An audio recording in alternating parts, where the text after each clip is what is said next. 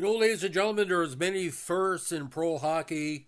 First 50-goal scorer, first goaltender to play 70 games, the first Swede in the NHL, first Russian. But this guy holds a very unique distinction, and he's well respected by his colleagues through the years. A native of Hancock, Michigan, Herb Boxer. What is his claim to fame? He may not be a household name in Canada, but in Michigan he is. He's the first American-born player drafted to the NHL. He was taken the second round, 17 overall, by the Red Wings in the 68 NHL draft. Now, how he got to be drafted is a very interesting thing. At the time, in his draft year, he was playing right wing for Michigan Tech of the WCHA. He had 24 points in 31 games that year, according to 11 counters. Now, he played on a big line with Al Calander and Brian Watts from Michigan Tech in 68, but he won the 1964 U.S. National Juvenile Championship with Lone Grove. That drew a lot of interest. Now, born Herbert James Boxer in Hancock, he was the first U.S.-born player ever drafted by the NHL team, and his time in sports, sport of hockey, was quite interesting. Now, he started college in Houghton, Michigan, at Michigan Technical University in 66. He had played hockey in high school and tried out for the squad. His freshman year was spent on the junior team, but Boxer showed enough of his skill to make the varsity squad for his sophomore season. Playing on lines with Al Carlanda and Brian Watts, he amassed 24 points in 31 games. But he also did much more, showing his speed and skill with the puck. Focusing on his studies towards the end of the season, he had no idea that anyone else had even taken notice of his abilities. I remember it because it was the end of my sophomore season at Michigan Tech. I was just finishing up final exams. I walked over to the athletic department just to check on something. I really don't remember what it was. I ran into a member of the hockey coaching staff. My coach, John McGinnis, told me I had talked to the Red Wings the day before and said you were interested in me. He told me there was a good chance that I might be drafted the next day. But don't count on it because so many other things can happen. I think this was on a Friday. Now, June 13, 68, the sixth NHL draft took place in Montreal at Queen Elizabeth. And Herb Boxer's name was announced as the 17th player taken overall by the Red Wings. Again, he was the first American-born player selected in the NHL draft. The next day, I woke up and planned on meeting some of my friends down at the local restaurant. I walked into the restaurant and heard someone say, "Herb, I heard you got drafted." The person informed me that I'd been drafted by Detroit. That was how I found out. There were no phone calls by Detroit. The media wasn't covering it like they do today. Even the university didn't cover it or announce it. I knew that I would be in college for another 2 years, so I really took everything pretty casual. But my future wife, that was another story. She thought I'd been drafted, but not by the Red Wings, but by the United States Army. The Vietnam War was in full swing at the time. The U.S. military had a draft at the time. Thousands of young men were being drafted by the military, so many who heard I had been drafted thought I was on my way to Vietnam. He played 2 more seasons for Michigan Tech and led the team in goal scoring during the 1970 season, finishing with 24 goals and 14 assists. He decided to sign with the Red Wings after graduation, among other offers for his services. It was 1970 and the U.S. team was holding their training camp. I had a good training camp with them. So what ended up happening was I had 2 different hockey organizations wanting my services at the time.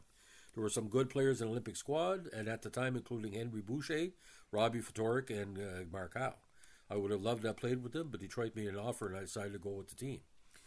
Detroit offered Boxer an $8,000 U.S. salary to go along with a $7,000 signing bonus. After graduation, Boxer started playing with the Fort Worth Kings of the CHL, reunited with former teammate Carlander. Boxer had a slow start, 17 points in his first season with the Wings, but turning it around with a strong second season.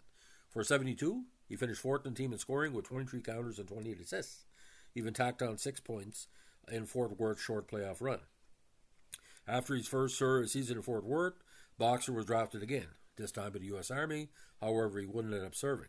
I was classified 1A before I turned pro. I suffered a back injury in that first season of minors. By the time I was drafted, I went for a physical and failed it. I was classified 4F. That back injury made the difference. Soon after, he was moved to another minor league affiliate when he joined the Virginia Wings of the IHL for 73. He continued his great offensive play with 54 points and even helped carry Virginia to the playoffs, losing the semis to eventual Calder Cup champion, the Cincinnati Swords. The following year saw more of the same as Boxer finished 5th in team in scoring with 40 points. Let go by Virginia at the end of the season, he found a home with the Green Bay Bobcats of the USHL. He only played a handful of games before heading to Kalamazoo to play for the Wings of the IHL. After finishing out a season with Kalamazoo, he was asked to represent the States in the 75 Worlds in West Germany. He was then eventually released from his contract in February and joined the squad, where he's quickly named their captain. Bob Johnson was the coach of that team. I got to play with the squad for the final 6 weeks. I figured this was a great way to end my hockey playing career. I had a good one. I ended up getting an offer to play in Sweden the following year, but I had enough and was ready to start the next part of my life. Now, the U.S. Took 6 in the tournament, and Boxer retired from playing hockey in 75. After the World Championships, he found a job as a hockey program director for a small place in Rockford, Illinois. He enjoyed the work, and in 76 he accepted possession of AC at his alma mater under McGuinness. He remained AC for 9 years under McGuinness and Jim Nargang, until Nargang resigned in February 85 and Boxer was promoted to head coach of the Huskies. Now, during this time, he also coached the U.S. national junior team in 78 and 79. In his first season as head coach, he coached the Huskies to a 10-26-4 record. His second campaign ended up 15-24-1, but in 88 he coached the Huskies to a 20-20-1 record and was named WCHA Coach of the Year. After the first season without a losing record, the Huskies returned their losing ways for the next 2 seasons, and Boxer was let go after the 90 campaign. Now, he would return to coaching in 94 when he stepped in to help the struggling Memphis River Kings of the CHL. Boxer helped turn the team around and make the playoffs twice in his 3 seasons with the squad. The River Kings even made it to finals in the 97 season. However, he was let go the following campaign after coaching the River Kings to a 9-23-0 record midway through the season. From then on, Boxer decided to retire from coaching. Now, he currently works in Memphis as a technical recruiter for Cook Systems International. He's also father of Mark Boxer and Jay Boxer, both who play in college hockey. Boxer is proud about his hometown and his impact he's had on American-born players in NHL, as he told in an interview on NHL.com. I come from the Twin City area of Houghton, Hancock, Michigan. It's located in a beautiful spot of Lake Superior. You see, that's where hockey was born in the States. Cyclone Taylor played there in the early days of pro hockey. It has quite a history of hockey. Today, all the youngsters up there, both boys and girls, play hockey. Amateur hockey up there is pretty big, as it's around other parts of the States.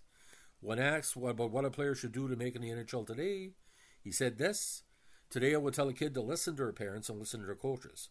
Ask a lot of questions of the better players. Of course, you got to learn from your mistakes. Your best friends will be your coaches and parents. They will help you along the way."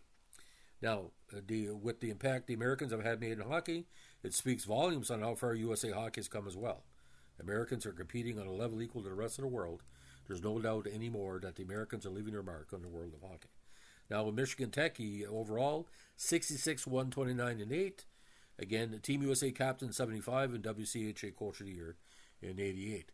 Now, just a reminder, ladies and gentlemen, coaching career again, 76 to 85 Michigan Tech assistant, 77 to 79 U.S. World Junior, Michigan Tech 85 to 90, and head coach at Memphis River Kings for his 4 campaigns. And again, but at 5'8", 170, ladies and gentlemen, a good, solid player. But like I said, Herb Boxer, it's ironically, ladies and gentlemen, when the USA Olympic team was put together in 1980, people got confused in Canada. We thought Herb was going to be the head coach because we heard that Herb, that good American coach, was going to get it. But it wasn't Herb Boxer because he was at the assistant for the World Juniors. We thought Herb Boxer was going to get it, but it was the other Herb Brooks. So he was one of the 2 Herbs at the time, no pun intended. So, ladies and gentlemen, that's the great career and the historical draft of Herb Boxer, the first American-born player drafted in the NHL. If you like what you're doing here with our American Tribute podcast, let us know with a like, comment, subscribe, or share.